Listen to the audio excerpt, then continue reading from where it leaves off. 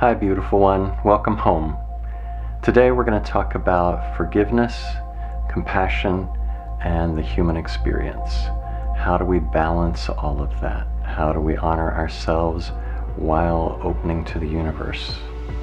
All right, let's get started. Intro.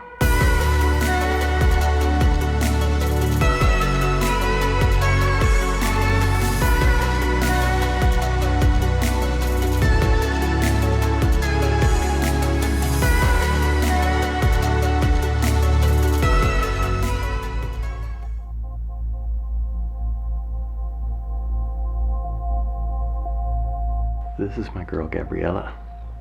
You don't get to see very much of her because she's a little older and a little more mellow and likes her alone time. I love you, baby girl. You sit here with Daddy for a while? Okay. Yesterday was my dear friend Lorna's birthday. She and I grew up together in that small hick town in Texas that I've mentioned before. She and Teresa, another friend from our childhood, hung out together yesterday, which was awesome. We went to lunch at a vegan restaurant in Houston called Field of Greens, and then we went to the Museum of Natural Science to check out the dinosaurs and the crystals and the mummies and everything. It was a really cool experience. We had a lot of fun walking around seeing all the exhibits, and then we went to see the Pink Floyd laser show in the planetarium, which was pretty amazing. They've definitely upgraded those shows since when I was a kid. It was awesome getting a chance to hang out with them again. I mentioned in an earlier video that the three of us hung out on Juneteenth in Wharton, Texas, and went to a celebration there, which was awesome. It was so much fun. And we hadn't seen each other in like 40 years prior to that. So it's really cool getting a chance to hang out with some old friends. Happy birthday, Lorna. I wasn't sure what today's video was going to be about. And then earlier today, a really dear friend of mine messaged me to let me know that I had hurt her really deeply by showing compassion to one of her ex-boyfriends who was abusive to her. It was not something that I had done lightly. My intuition had been bringing it to my attention that I needed to show him this small compassion, and I spent an entire day deliberating about it before I decided to finally go ahead with it, even though I was uncomfortable with how he had treated my friend. The thing is, I was also friends with him before the incidents between he and this other friend. So on one level, it's all really confusing. It sent me down this rabbit hole of thinking about forgiveness and compassion and unconditional love, which I'm striving to open up to more and more and more, and the human experience of hurt and withdrawal and boundaries and protection and all of that stuff. Not only with people who have hurt people who I love, but people who have hurt me directly. There are several people in this lifetime whom I've withdrawn my attention or love from. Some from when I was very asleep and my ego patterns were just extremely dramatic, but actually many of them since I've awakened and started to put up with less out of other people's ego patterns. I feel like I have much clearer boundaries these days. But how do I balance that with forgiveness and compassion? It's something I think about often. I love these people dearly. I fear being hurt again, to be perfectly honest.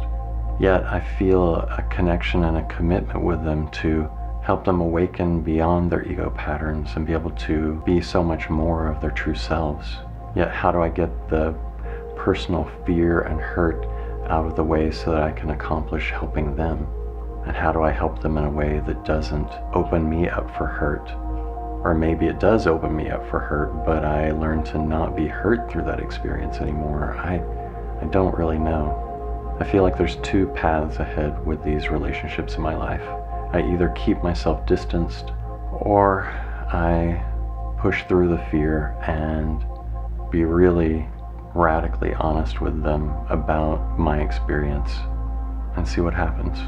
That of course feels like the best path, although not necessarily the easiest or most comfortable one.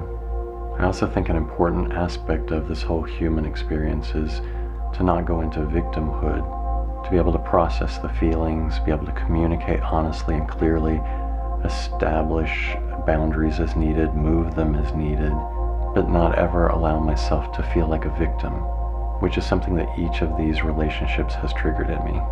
Otherwise, I wouldn't have withdrawn and worked to protect myself. Feeling like a victim never helps anything. And what makes it even more complex, and most people aren't even consciously aware of, is that all of our relationships are happening on multiple levels simultaneously.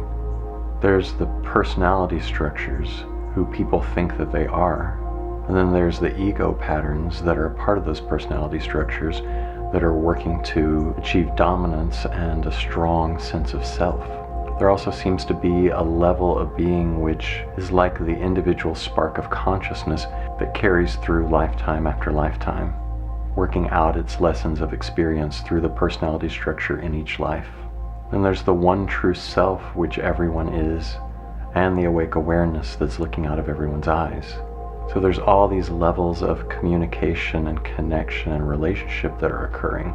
And if you judge it just through the human personality structure lens, you're missing a huge part of it.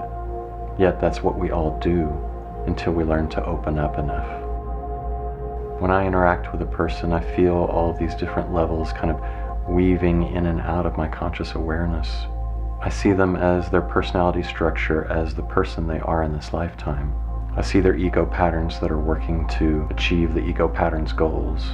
I see that spark that transcends the individual lifetime, which I often feel a strong connection with, what I would call a soul connection. I'm aware of the awake awareness staring out of their eyes and emanating from their being. And I see them as me. I see them as another reflection of myself. So there's love and compassion and all sorts of feelings happening that go way beyond what the human lens is viewing.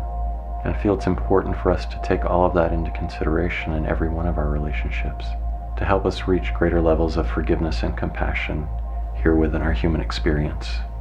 Nobody said unconditional love was going to be easy. Does any of this resonate with you? How are you balancing between the divine forgiveness and unconditional love and the human experience? Let me know in the comments below. I'm extremely grateful that you're tuning in. If you like this video, please like it below so that others will see it. It makes a difference as to how much YouTube promotes and shares my channel with others. And be sure and subscribe if you haven't. I love you very, very much. And remember, something wonderful is going to happen today. Peace.